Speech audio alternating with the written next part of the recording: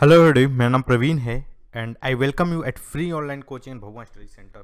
Guys, इस video lecture में मैं आपको 1981 में IIT-JEE का न्यूटन्स लॉ से आए हुए क्वेश्चन को डिस्कस करूंगा। आप देख रहे हैं ये क्वेश्चन 6 मार्क्स का आया हुआ था। ओके, और चलिए, और गाइस इस क्वेश्चन की मदद से हम लोग फ्रिक्शन और टेंशन, जो स्ट्रिंग के बीच में टेंशन है, मास लेवल की स्ट्रिंग का क्या मतलब है, बहुत सारी चीज़ को समझने की कोशिश करेंगे। ओके गाइस, इसके साथ ही मैं आपको साउंड वेव के क्वेश्चंस, आपको मैं स्ट्रिंग वेव के क्वेश्चन SC वर्मा से, साउंड वेव क्वेश्चन आपको SC वर्मा से, साथ ही क्लास 12 के स्टूडेंट के लिए कंप्लीट कोर्स मैं आप सबके लिए अपने YouTube channel free online coaching भगवान स्टडी सेंटर पे ला रहा हूँ। साथ ही मैं SC वर्मा का जो क्लास 11 के स्टूडेंट है, वो जितने भी चैप्टर हैं उनका कंप्लीट सॉल्यूशन मैं आपके लिए लेकर आऊँगा।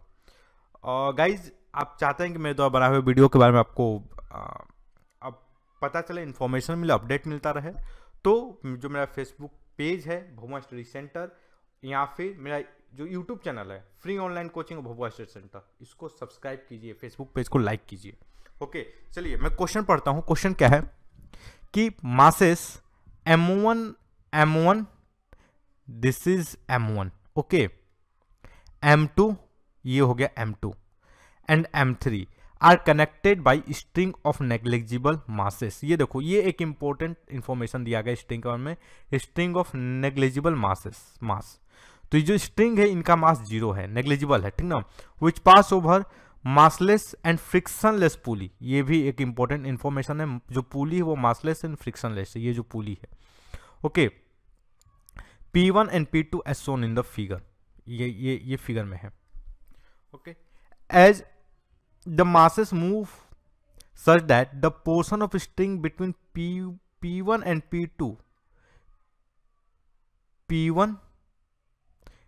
P2 is parallel to the inclined plane। ये देखो, this is the inclined plane, और जो ये P1 और P2 है, इसके बीच में जो स्ट्रिंग का पोर्शन है वो इसके पैरेलल में रहता है। Okay, and M3 and string between P3 and M3 is horizontal। और ये इसके बीच में जो P2 M3 के बीच का जो स्ट्रिंग है वो हॉरिजॉन्टल है, ये ग्राउंड फ्लोर हॉरिजॉन्टल है, इसके हमेशा हॉरिजॉन्टल में रहता है। और mass, the masses M2 and M2, this mass and this mass is 4 kg each। the coefficient of friction between the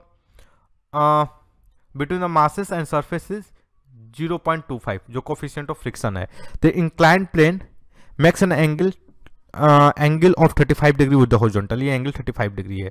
तो फाइंड क्या करना है, if the mass M1 moves downward, if mass M1, this mass M1 move downward with a uniform velocity, find. Okay guys, यहाँ पे जो catch है वो 2-3 चीज में, लाइक ये यूनिफॉर्म वेलोसिटी दिया हुआ है।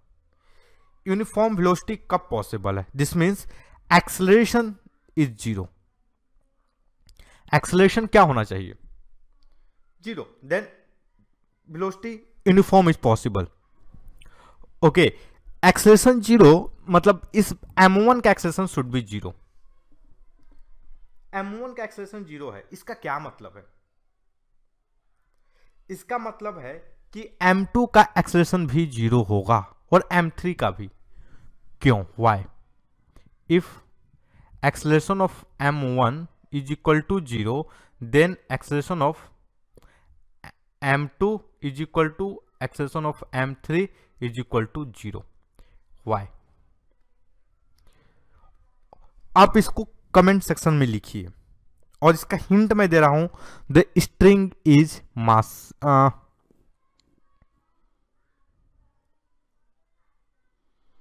ओके, चलो इसमें तो क्वेश्चन में नहीं, चलो इसका हिंट मैं बोल देता हूं। स्ट्रिंग क्या है? इनएक्सटेंसिबल है। स्ट्रिंग क्या है? इनएक्सटेंसिबल। ओके, तो इनएक्सटेंसिबल होने से तीनों का एक्सेलरेशन 0 क्यों होगा? मतलब अगर इसका if acceleration of this is 0, then this is going to happen. Why? Because string is inextensible, but why what is happening with inextensible string, आपको ये बताना है कमेंट सेक्शन में। ओके चलो ओके, क्वेश्चन क्या है, find the mass of M1, हमें M1 का मास बताना है। ओके गाइज, हमने लाइक अगर मैं इसका M1 का फ्री बॉडी डायग्राम बनाऊं, M1 का फ्री बॉडी डायग्राम बनाऊं, so this will be the M1। चलो बढ़िया। Okay, this one is the M1 और इस पर एक टेंशन लग रहा है। टेंशन क्या है भैया, ये है T। और क्या लग रहा है, ये M1G। ओके सो गाइज, अगर हमें ये टेंशन पता हो तो हम M1 बता देंगे। What can we calculate, we can calculate M1G, ठीक ना। और M1G तो हमें पता है, G is the acceleration due to gravity, जिसकी यहाँ पर वैल्यू दी हुई है, ठीक। तो अगर टेंशन पता हो, मतलब नेट फोर्स 0, तो by Newton second law T is equal to M1G। What is the T? T is the tension in this portion of string. अगर यहां पर टेंशन T है, then in this portion of string as also tension T, यहां पर भी tension क्या होगा, T होगा। क्वेश्चन है why, write down in comment section. Okay, इस पार्ट में भी टेंशन क्या होगा, इस पार्ट का टेंशन क्या होगा, इस पार्ट का भी टेंशन T। हाँ, थिंक अबाउट, इसका टेंशन T होगा कि नहीं। I will discuss later about this in this lecture. Okay, मैं इसको बाद में इस लेक्चर में डिस्कस करूंगा। What about tension of this part of string. Okay चलो,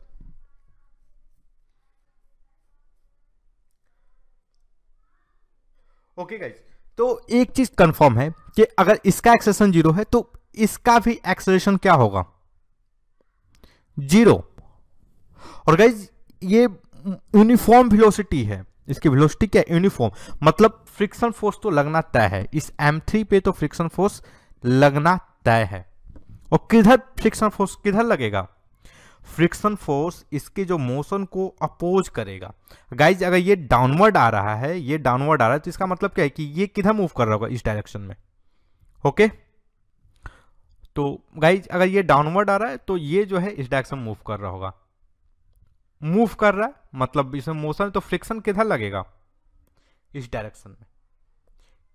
क्यों? क्योंकि फ्रिक्शन जो है, friction oppose the relative motion between the surface. Okay, friction क्या करता है, relative motion between the surface को अपोज करता है। चलो, तो भैया फ्रिक्शन लगेगा इधर। तो गाइज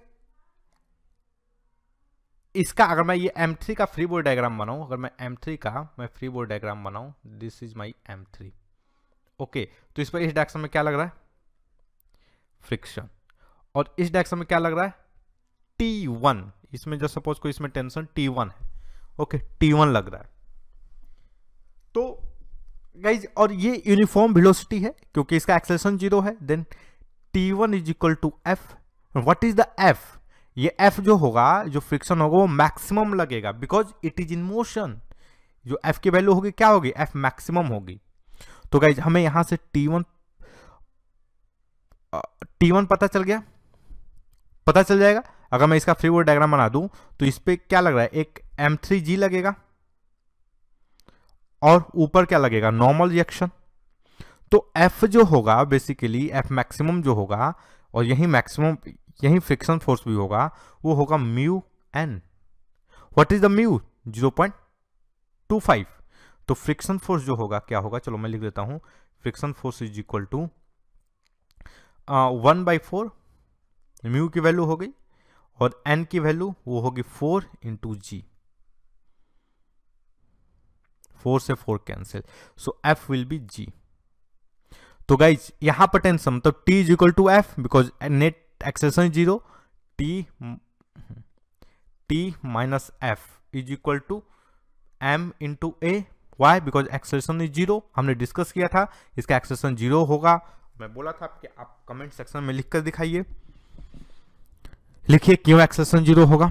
ओके, सो टी, हाँ, T minus F is equal to M है, so what will be T, T will be F, and what is the F, G, F is equal to G, value F is G. तो guys यहां पे जो tension इस part में, इस section में जो टेंशन होगा वो टेंशन यहां पर भी होगा। Okay, because the pulley is massless and frictionless. Okay, चलो अब हम इसके बारे में सोचते हैं, M3 के बारे में।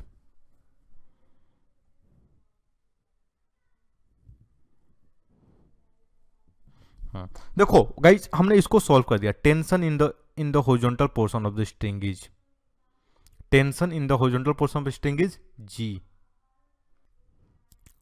चलो इसका मैं फ्री बॉडी डायग्राम बनाता हूं, ठीक ना। तो गाइज एक काम करते हैं, देखो ये मेरा प्लेन हो गया, इंक्लाइंड प्लेन, यहां से ये 30 डिग्री एंगल है, 37 डिग्री, ठीक। ओके, और ये जो ब्लॉक है इस पे एक तो वर्टिकल डायरेक्शन फोर्स लगेगा जो mg होगा, ओके, m2g होगा, m2g मतलब 4g, g वाली 4g नहीं, मास वाली, वेट वाली 4g, ओके। और इस पे एक टेंशन लगेगा इधर जो T1 होगा,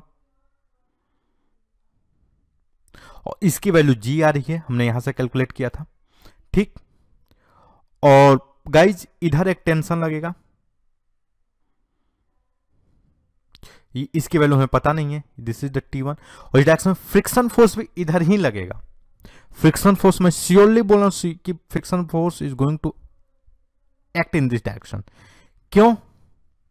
क्योंकि भैया मोशन किधर हो रहा है, मोशन इधर हो रहा है, तो friction force opposite, relative motion के opposite, this is the friction, okay.